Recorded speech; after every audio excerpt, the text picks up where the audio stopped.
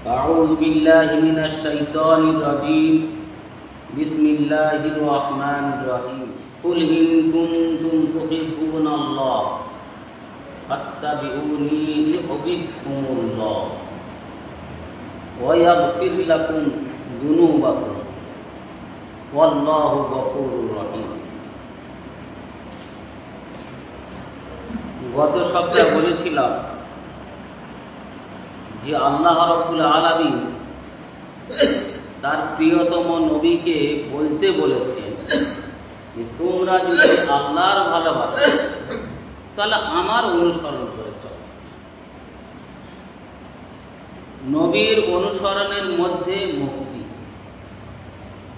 যারা নবীর অনুসরণ করবে না, তার সুন্নতের অনুকরণ করবে না, তারা নবীর বিরোধী, বৈরাগ্যবাদ। বর্তমান সময়ে মুসলমানদের যে অবস্থা, বিভিন্নভাবে দেখা যাচ্ছে যে মুসলমানদের ওপরে অত্যাচার অনাচার চলছে। প্রায় জায়গায় তো শোনা যাচ্ছে, এই তো গত মাসে 56 জায়গায় মুসলমানদের উপরে অত্যাচার করা হয়েছে। এক মাসের ভেতরে 56 জায়গায় কারো মেরে ফেলেছে, কারো চূড়ান্ত পর্যায়ে জখম করে, বিভিন্ন রকমের করেছে মবলিনটি। তো মুসলমানদের উপরে অত্যাচার কেন? আল্লাহ রাব্বুল আলামিন তো বলেছেন লা ইয়াজআলাল্লাহু লিল কাফিরিন লা ইয়াজআলাল্লাহু লিল কাফিরিন আলাল মুমিনিনা সাবিলা। আল্লাহ মুমিনদের উপরে কাফেরদের কর্তৃত্ব করতে দেবেন না। এখন আমরা দেখছি যে মুসলমানদের উপরে, মুমিনদের উপরে কাফেররা কর্তৃত্ব চালাচ্ছে।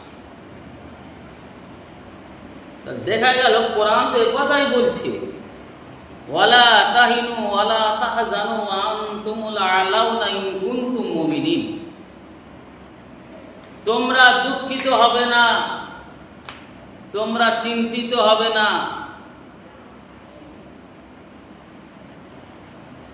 তোমরা বিজয়ী হবে। ওয়া আনতুমুল আলাউনা, তোমরা বিজয়ী হবে, তোমাদের মর্যাদা উন্নত করা হবে, তোমরা নিচে পড়ার লোক নয়। তবে শর্ত কি? ইন কুনতুম মুমিনিন, যদি তোমরা প্রকৃত মুমিন হও। প্রকৃত মুমিন না হলে তোমাদের অবস্থা খারাপ। তো প্রকৃত মুমিন হতে হবে, কিন্তু একসঙ্গে বা একেবারে কেউ অত ঊর্ধ্বতরে উঠতে পারে না। বর্তমান সময় শয়তানবাদ সবকিছু দিক থেকে দেখতে গেলে, তাহলে সর্বোপরি কথা হলো নবীর যে ছোট ছোট সুন্নাত আছে, সে ছোট হোক আর বড়, নবীর যে সুন্নাত, এই সুন্নাত যদি লোক একটা একটা করে যদি মেনে চলতে পারে, তাহলে দেখা যাবে বিশাল সওয়াবের অধিকারী হবে। যেমন ছোট্ট করে বোঝাতে গেলে বোঝানো যায়, যদি কেউ মসজিদে ঢোকে আর সে যদি এই নিয়ত করে যে আল্লাহ আমি 1 ঘন্টার জন্য ইতিকাফ করছি, এটাকে আমি নিয়ত করছি, দেখা যাবে যতক্ষণ সে থাকবে সে মসজিদে ইতিকাফ করার সওয়াব পাবে। সামান্য ব্যবধান, আমি থাকছি মসজিদে কিন্তু আমরা ইতিকাফ করছি কেউ। তাহলে আল্লাহর নবীর এক একটা সুন্নতের দাম দিতে হবে। আজ মুসলমানদের কি অবস্থা সুন্নতের প্রতি? মুসলমান তো সুন্নতের ধার ধারে না, বরং বিধর্মীদের অনুকরণ করে, ওটাই যেন তারা ভালো মনে করে। প্রথম একটা কথাই দেখে নাও, টুপি, দাড়ি, এসব করতে হবে। এখন ধরে নেওয়া যাক দাড়ির ক্ষেত্রে কি বলা হয়েছে? আজ যদি দেখা যায় একচেটিয়া ভাবে মুসলমান দাড়ি রাখছেন, এর যে বিশাল বড় গোনা, মুসলমান এটা কিন্তু অনুভব করতে পারছে না। ইয়ামান থেকে দুজন লোক এসছে, তাদের বাদশা তাদের পাঠিয়েছে আল্লাহ নবীর কাছে।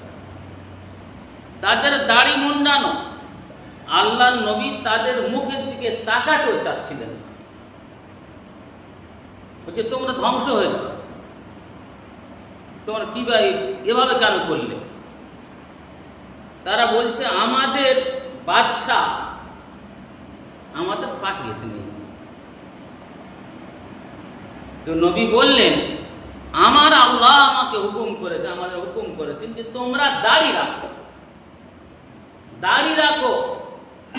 দাড়ি রাখা আম্বিয়াদের সুন্নাত, নবীদের সুন্নাত, কিন্তু দাড়ি রাখা ওয়াজিব, উম্মতের জন্য ওয়াজিব। যত পয়গম্বর এসেছেন সবাই কিন্তু দাড়ি রেখেছেন। দাড়ি রাখাটাই পয়গম্বরদের সুন্নাত, কিন্তু আমাদের জন্য ওয়াজিব। এখন দেখা যাক, আল্লাহ নবী তো বললেন খালিকুল মুশরিকিন, কোন জায়গায় খালিকুল মুশরিকিন ওয়াল ইয়াহুদ, তোমরা মুশরিকদের আর ইহুদিদের তোমরা বিরোধিতা করো। আও ফিরুল লুহা ওয়া কসরুশ শাওয়ার, তোমরা দাড়িটাকে বাড়াও আর গোঁফটাকে ছোট করো।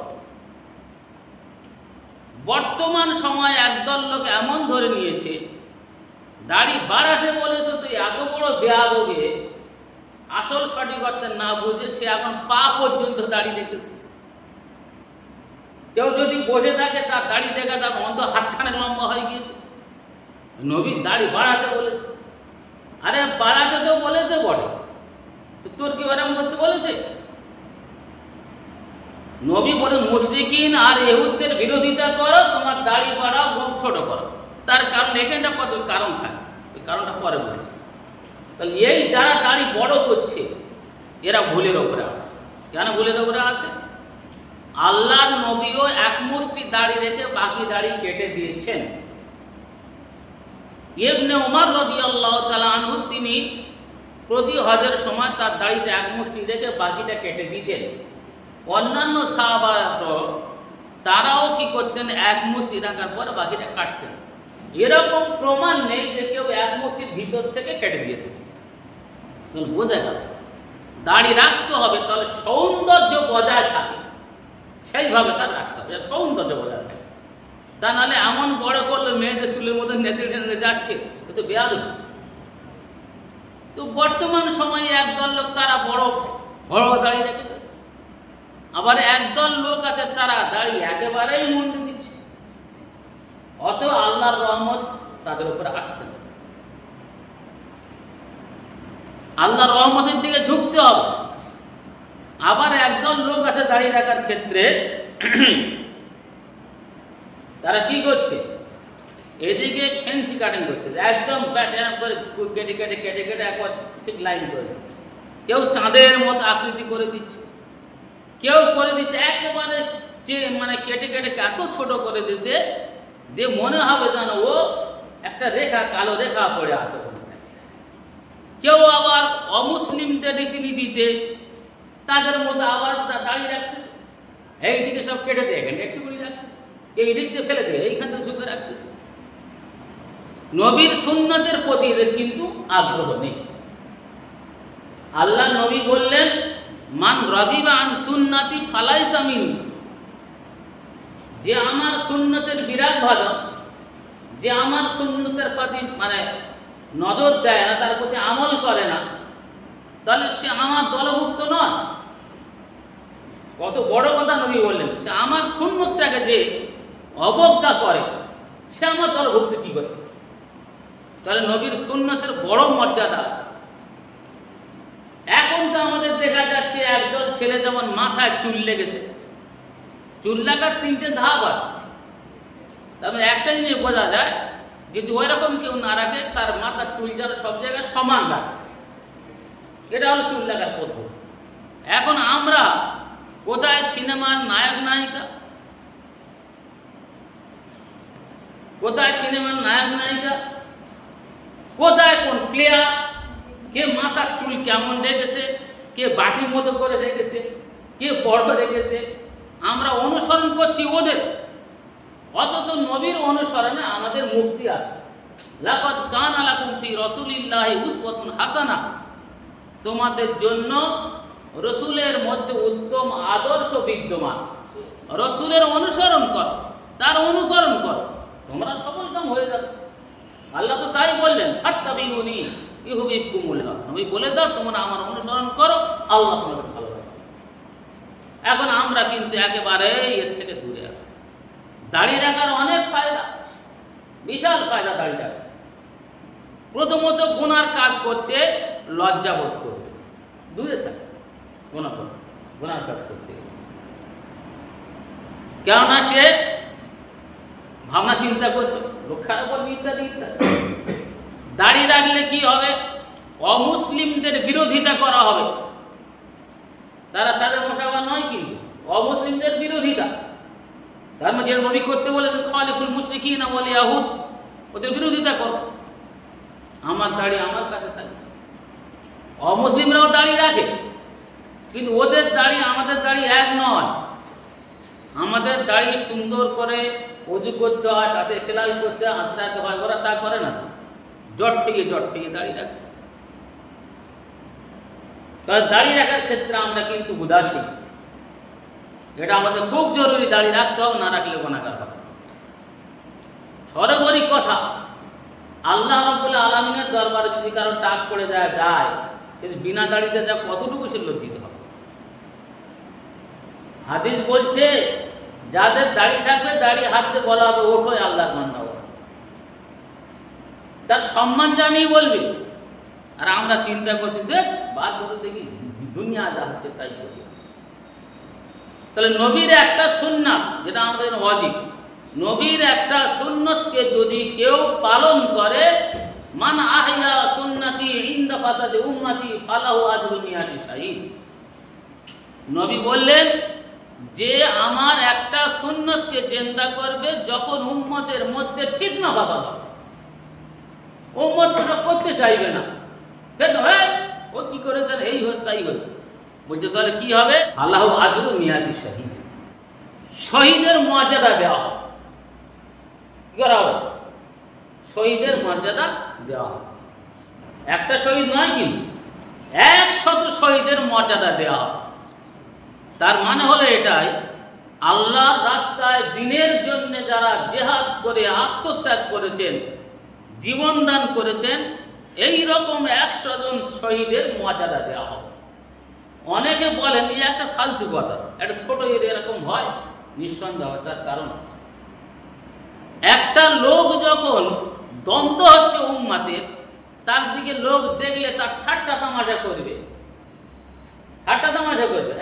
কেমন যাচ্ছে জানে, একটা চুলে কি করে যাচ্ছে, বিশাল কষ্ট, বিশাল কঠিন এটা তার জন্য। কিন্তু সে সেটা জমে মরে। কোন শহীদের একবার মারল সে মরে গেল, আর এমন কিছু নয়। এ দিয়ে যতদিন আমল করবে ও ততদিন ওইটা সহ্য করে যেতে হবে। যদি 5 সপ্তাহ কেউ সালাম দেয়, আমাদের সমাজে কি হচ্ছে, সালাম দেয়,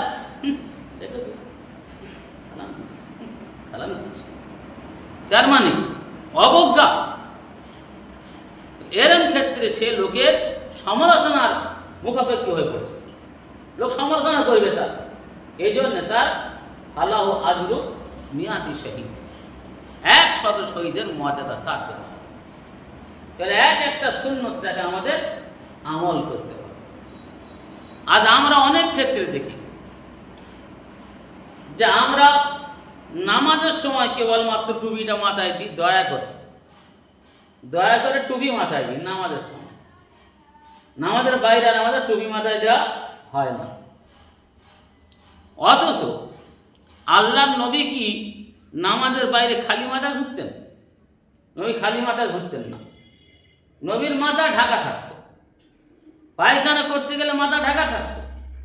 আমরা পায়খানা গেলে মাথা ঢাকা তো দূরের গল্প, এখন শুনলো গে মধ্যে ডান পা কি বাম পা তার কোনো ঠিক নেই, যে পা হলো সেই পা ঢুকিয়ে দেওয়া হলো, চল পায়খানা করতে পারলো হলো। কিন্তু উচিত তো এটাই যে পায়খানায় ঢুকতে গেলে বাম পা দিয়ে ঢুকতে হবে, ঢোকার আগে দোয়া পড়তে হবে, ওই দোয়া পড়লে কি হবে? শয়তানের কুমন্ত্রণা থেকে, তার ক্ষতি থেকে রেহাই পাওয়া যাবে দোয়া পড়লে। আবার বের হওয়ার সময় ডান পা দিয়ে বের হতে হবে, দোয়াও করতে হবে। তার মানে হলো এটাই, দোয়া পড়া মানে আমরা সদা সর্বদা আল্লাহ রাব্বুল আলামিনের আমরা জিকির করছি, সবসময় জিকির করছি। তার মানে সবসময় আল্লাহর কথা তার মনে থাকে। যেখানে আমাদেরকে বলা হলো তোমরা আল্লাহর জিকির করো সদা সর্বদা, কিন্তু আমরা কি করছি? করিনি। কিন্তু করা যায় এই অর্থে, মানুষ হেঁটে যাচ্ছে মনে মনে আল্লাহ আল্লাহ করছে, সবসময় তার জিকির। একটা লোক যদি দেখা যায় রাত্রে শুয়ে পড়েছে, ইচ্ছা হলো মোরাকাবা করবো, আল্লাহ ধ্যানে থাকবো, ওই করতে করতে ঘুমিয়ে পড়লো, ওই নিয়তের জন্য সারা রাত ওর তসবিহ পড়া সব, জিকিরের সব পাবে। কিন্তু আমরা এমনি শুয়ে পড়লে ও সব পাওয়া যাবে না। তাহলে আল্লাহর নবীর একটা সুন্নতের মধ্যে বিশাল ফায়দা রয়েছে। বিশেষ করে দাড়ি উপরে খুবই জোর দেওয়া দরকার। আরো আমরা যদি লক্ষ্য করে দেখি, নবী বললেন তোমরা দাড়ি বড় করো, গোঁফ ছোট করো। তাহলে গোঁফ ছোট করতে বললেন কেন? যেহেতু যারা মুশরিকিন ইহুদি যারা, তারা গোঁফগুলো বড় বড় করতো, দাড়িগুলো চেঁচে দিত। আবার একদল আছে গোঁফ আর দাড়ি একই পর্যায়ে রেখে দিচ্ছে, পাকতে রেখে বিশাল বড় করেছে। ওতে শিকনি লাগে লাগুক, কোনো কিছু পড়ুক, ওদের কোনো ব্যাপার নেই। আমাদের দেশের লোকেদের মধ্যে একটা প্রথা পড়ে গেছে যে ভাই গোঁফের পানি হারাম। তাহলে গোঁফের পানি হারাম কেন? গোঁফের হারাম কেন? হারাম হওয়ার কারণটা কি সেটা তো বলতে হবে। আমি বড়দের মুখগুলো বলতে পারি, ভালো নয়, হতে পারে শিকনি লেগেছিল, হতে পারে কোনো কিছু পড়বে, হতে পারে, এই জন্য হারামটা হবে। এরা যে মদ খাচ্ছে তো দেখ ওটা অসুবিধা নেই, ও হারাম নয়। কিন্তু পানি খেতে কার পানিটা গোঁফে পড়েছে, গোঁফটা পানি পড়েছে, এর গোঁফের পানি হারাম মোটেই নয়। তাহলে আল্লাহ রাব্বুল আলামিনের প্রিয়তম নবীর অনুসরণ করতে হবে। ইন কুনতুম তুহিব্বুনাল্লাহ ফাত্তাবিউনি ইউহিব্বুকুমুল্লাহ। যারা আল্লাহ তাআলার মানে ভালোবাসতে চায় তারা যেন নবীর অনুসরণ, নবীর আদর্শে আদর্শিত হয়। আমাদের সব দিক থেকে দেখতে হবে। আমাদের মাথায় টুপি থাকে না, টুপি থাকলে বিশাল উপকার আছে। যারা সার্জেন্ট তারা অপারেশন করার সময় সব মাথা ঢেকে দেয়, মাথা টুপি দেয় না কেন? উপকার আছে, অনেক উপকার। জীবন থাকতে পারে, কারণ তারা মাথা চুল পড়তে পারে, ভেতরে গেলে আরো ক্ষতি হতে পারে, অনেক কিছু পারে। অথচ মাথার টুপি এত ভারী নয় যে আমরা টুপিটা মাথা দিয়ে রাখতে পারবো না, এটা নয় কি? তাহলে আল্লাহর নবীর একটা সুন্নতকে আমরা যেন আঁকড়ে ধরতে পারি, এই চিন্তা আমাদের করতে হবে। অনুরূপ ভাবে আজ আমরা দেখি আমাদের সমাজ, সে সমাজটা হলো এই, আমরা বিধর্মীদের সঙ্গে ওঠা বসা করি, বিধর্মীদের সবাই মানে যে অনুষ্ঠানে আমরা যাই, অনেকের দেখতে পাওয়া যায়, অনেকেই বলে যে আমি যে যাচ্ছি ওখানে দেখে আছি কেমন হচ্ছে, দোল কেমন হচ্ছে, পূজা কেমন হচ্ছে, এটা ওটা কেমন হচ্ছে। নবী আলাইহিস সালাতু ওয়াস সালাম বললেন যে আমার উম্মতের মধ্যে এমন লোক আসবে, তারা মুশরিকিনদের, অমুসলিমদের তাদের অনুষ্ঠানে তারা যোগদান করবে, তাদের যে মূর্তি ঘর, তাদের ইবাদতখানা, তার মধ্যে তারা ঢুকবে, তা আল্লাহ তাআলার গজব ওদের উপরে আসবে। ওরা যেন আল্লাহর গজব থেকে ফিরে আসে। যতক্ষণ তারা ওই কাজে থাকে তাদের প্রতি আল্লাহর গজব হয়, যারা তার প্রতি সেই গজবে পড়বে। অতএব মুসলমানরা যেন সে কাজ থেকে দূরে থাকে। কিন্তু আমরা এমন হয়ে গেছি, পূজা একবার হলে ঢাকে যদি বাড়ি পড়েছে, স্ত্রী ছেলে মেয়ে সব সাথে করে চল একটু ঘুরে আসে, কাছে গেলে দেখতে পাবে, চল দূরের দিকে যাই। কিন্তু এরা যতক্ষণ সেই জায়গায় গেল আল্লাহর গজবের মধ্যে তারা থাকে। হাদিস শরীফে বলা হয়েছে যদি কেউ ব্যভিচার করে, গুনাহ কাবিরা করে, বলছে তার ঈমানটা তার ভিতর থেকে চলে মাথার উপরে এরকম থাকে যাতে আল্লাহ তাআলার গজব না আসে, কিন্তু চলে যায় কেন সাত করে চলে যায়। কিন্তু ওই অবস্থা যদি কেউ মরে যায় সে বেঈমান হয়ে মরে, ঈমান তার থাকবে না। যদি কেউ ডাকাতি করতে গিয়ে মারা যায় স্পটে, কিংবা একটু সরে এসে মরে গেল, তার জানাজার নামাজ পড়া যায় না, সে কাফের হয়ে গেছে। বাগী, তার জানাজার নামাজ পড়া চলবে না, যদি কেউ পড়ে সবাই মনে হয়। কেন না, সে আল্লাহর আইনের এমন একটা অবাধ্যচারণ করেছে যে আইনটা খুব কঠোর, ও ওই অবস্থা মারা গেলে ও জাহান্নামে, করার কিচ্ছু নেই। কিন্তু আমরা হয়তো আত্মীয়তার খাতিরে, বন্ধুত্বের খাতিরে গিয়ে শরীক হই, না গেলে কি বলবো, কিন্তু কথা নয়। আমি কার জানাজা পড়ছি, একটা কাগরে জানাজা পড়তে যাবো, তাহলে আমাদের চিন্তা করতে হবে যে নবী সাল্লাল্লাহু আলাইহি সাল্লামের এক একটা সুন্নত যেগুলো আমরা পাবো, ছোট ছোট সুন্নত প্রথমবার আমরা ধরি, তারপর বড় চিন্তা করা যাবে, এটা যাবে আস্তে আস্তে, কিন্তু একসঙ্গে 10টা করা যাবে না। আমাদের একটা সুন্নত হলো এটাই, মিসওয়াক করা। এই সুন্নত কিন্তু আমাদের কাছ থেকে একেবারেই সরে গেছে, একেবারে সরে গেছে। কি নামাজি আর কি বেনামাজি, কি আলেম ওলামা, খুব কম লোক এই সুন্নতটা আঁকড়ে ধরেছে। সুন্নতটা কি? মিসওয়াক করা। মিসওয়াক করলে আমরা জানি, আমরা ব্রাশ দিয়ে মিসওয়াক করি। আমি এটা বিতর্ক তুলতে যাব না, ব্রাশের যে ওই কাঁটা থাকে ওগুলো কিসে, কি কলগেট কি দিয়ে তৈরি, এটা আমি ও বিতর্কে যাচ্ছি না, কিন্তু বলতে চাচ্ছি এটাই, যারা ব্রাশ দিয়ে দাঁত মাজে তাদের দাঁতটা তো পরিষ্কার হয় বটে, তবে দাঁতের গোড়ায় থেকে মাংস সরে যায়, এটা একটা। ঈদে কিন্তু ওই সব নবীতে মেশাকের কথা বলেছে। মেশক করলে কি হবে? মুখের দুর্গন্ধ দূর হবে, আল্লাহ রাব্বুল আলামিন সন্তুষ্ট হবে। সব থেকে বড় জিনিস হলো আল্লাহর সন্তুষ্টি। ইয়া রব তু না ছুটে মুঝসে তেরা ছুটনা হ্যায় গজব, ইউ তো मैं রাজি হুঁ চাহে দুনিয়া ছোড় দে। আল্লাহ যদি কারো ছেড়ে যায় তাহলে এর জন্য একেবারে গজব, দুনিয়া চলে যায়, তাতে কি যায় আসে? তা আমাদের মিসওয়াক করার মানসিকতা নেই, আমরা চাচ্ছি আধুনিকতার জোয়ারে গাওয়া যেন। আবার অনেকে আছে হার্ট ক্ষতি করার জন্যে আকবরী তামাক বা আরো তামাক, এই বাবাগুলো খুব ভালো করে চলছে, তামাকের দাঁত মাজি হয়। অথচ মিসওয়াক দাঁত মারলে যেমন মুখ পরিষ্কার হবে, আল্লাহ রাব্বুল আলামিন সন্তুষ্ট হবে। যদি কারোর এরকম মনে হয় যে আমি ওই ব্রাশ দিয়ে দাঁত মাজবো, সে জানো মিসওয়াক দিয়ে দাঁত মাজার পরে তারপরে যদি ব্রাশ দিয়ে দাঁত মাজবে, কিন্তু প্রথম তার মিসওয়াক দিয়ে দাঁত মাজতে হবে, এটা খুব জরুরি কাজ। তাহলে কি হবে? আল্লাহ নবী খুব গুরুত্ব দিয়ে বলেছেন মিসওয়াকের গুরুত্ব কি।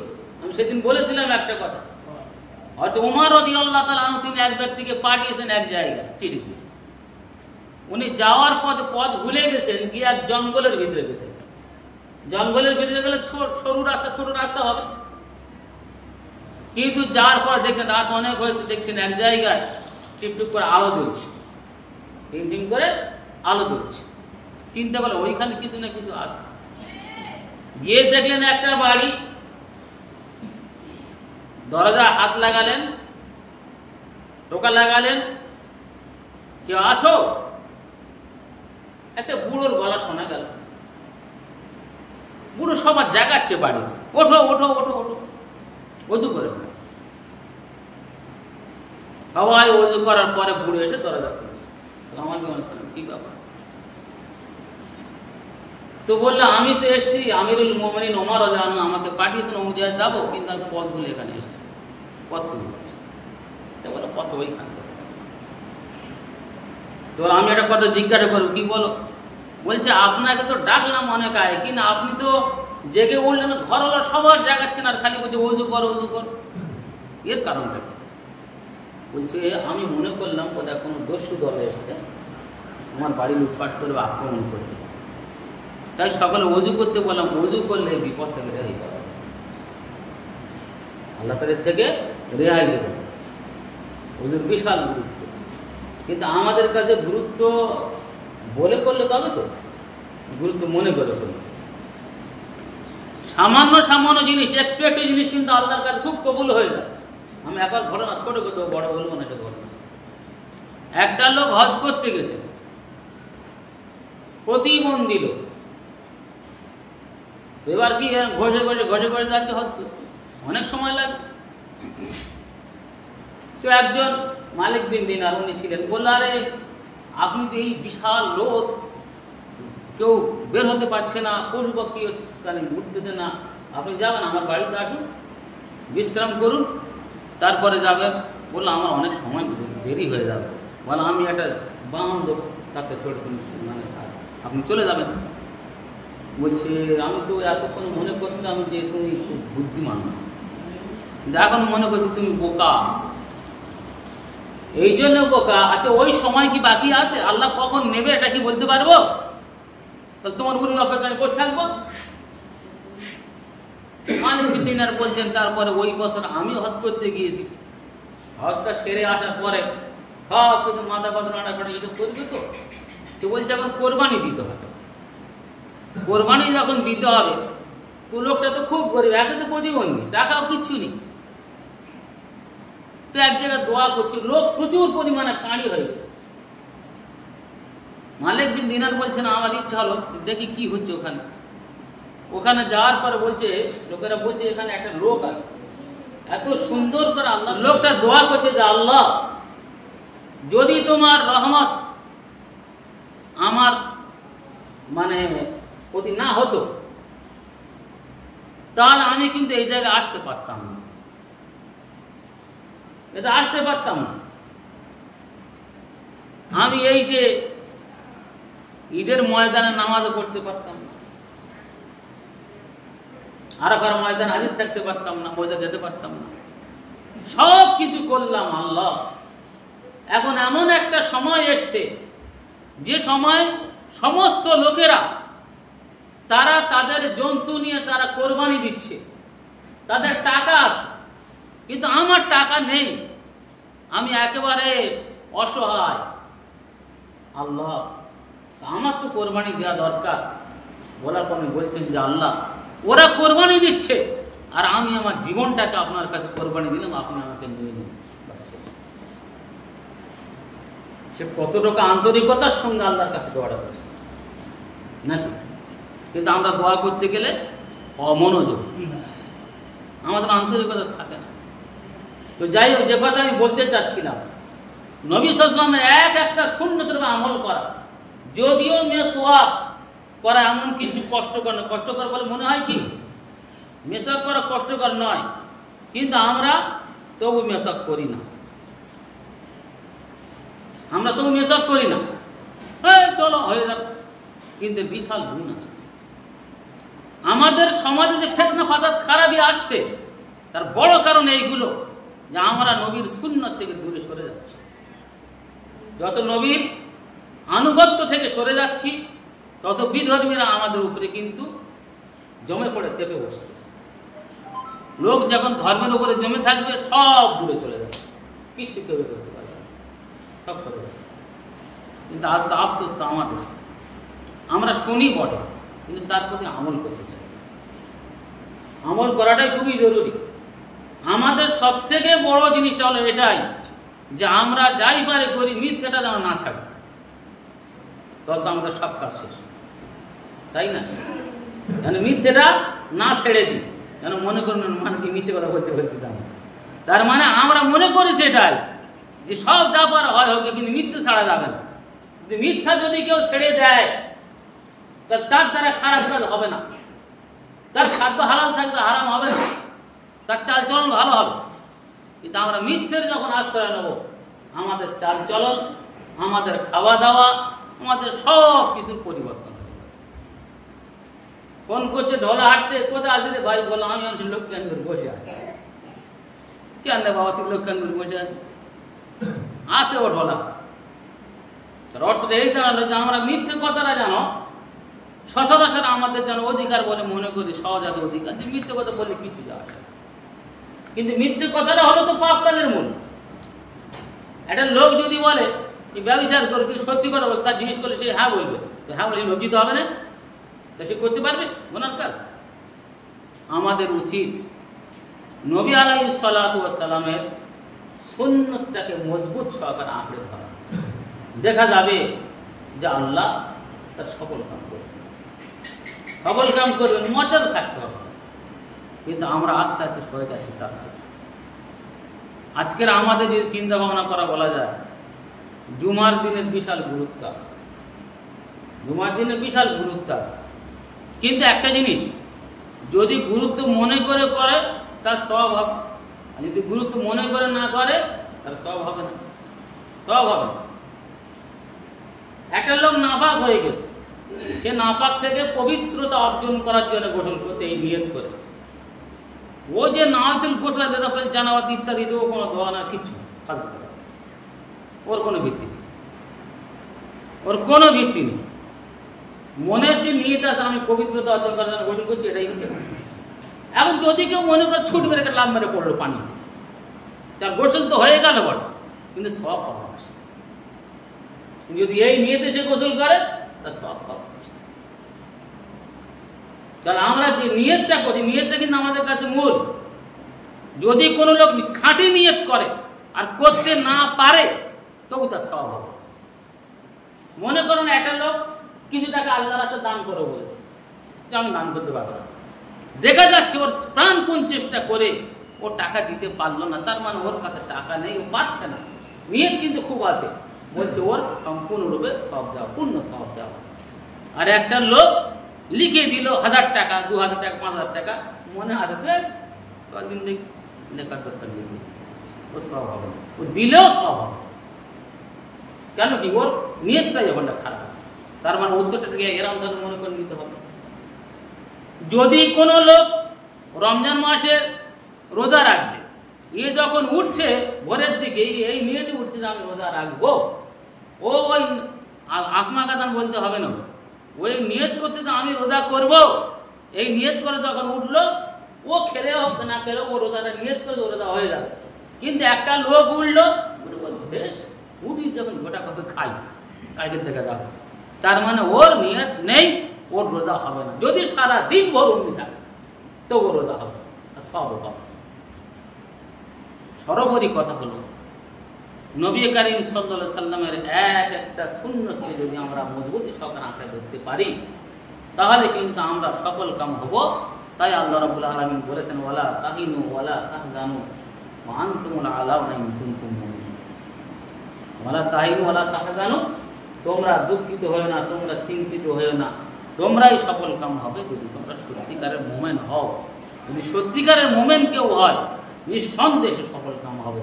আল্লাহ রাব্বুল আলামিন আমাদের সবাইকে উপর আমল করার তৌফিক দান করুক। আলহামদুলিল্লাহ।